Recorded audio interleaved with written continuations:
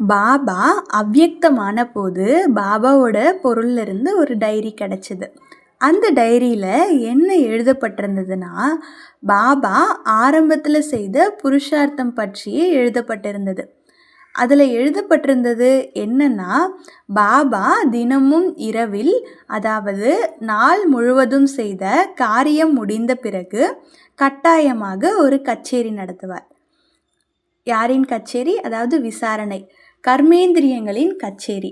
பாபா இப்படி காட்சிகளாக எழுதினார்.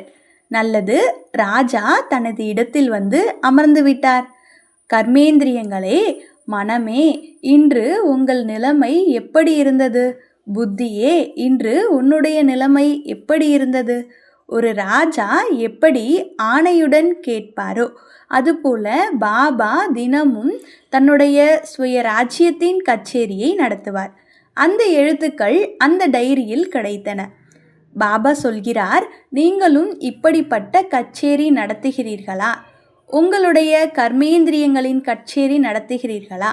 அதில் மேலும் எழுதப்பட்டிருந்தது, எடுத்துக்காட்டாக, மனம் சரியாக நடந்து கொள்ளவில்லை என்றால் பாபா அதனிடம் சொல்வார், மனமே, இன்று உன் ரிசல்ட் சரியில்லை, நீ இதையே 2வது முறையும் செய்தால் நான் எஜமானன் பார்த்து கொள்வேன். ஆத்மாதான் எஜமானன். இந்த அனைத்து கர்மேந்திரியங்களும் என்னுடைய வேலை செய்வதற்கான சாதனங்கள் மட்டுமே. ஆத்மா நான் எஜமானன், இந்த அனைத்து கர்மேந்திரியங்களும் என்னுடைய வேலை செய்வதற்கான சாதனங்கள் மட்டுமே. இந்த அளவுக்கு நமக்கு நஷா, உணர்வு, அதிகார உணர்ச்சி இருந்ததுன்னா நாள் முழுவதும் கழிந்துவிடும். இரவில் தூங்க வேண்டிய நேரம் வரும், சோர்வாகி சென்று தூங்கிவிடுகிறோம். ஆனால் பாபா தினமும் கச்சேரி நடத்துவார், ராஜ தர்பார், அதாவது ராஜ அரசவை அமைப்பார்.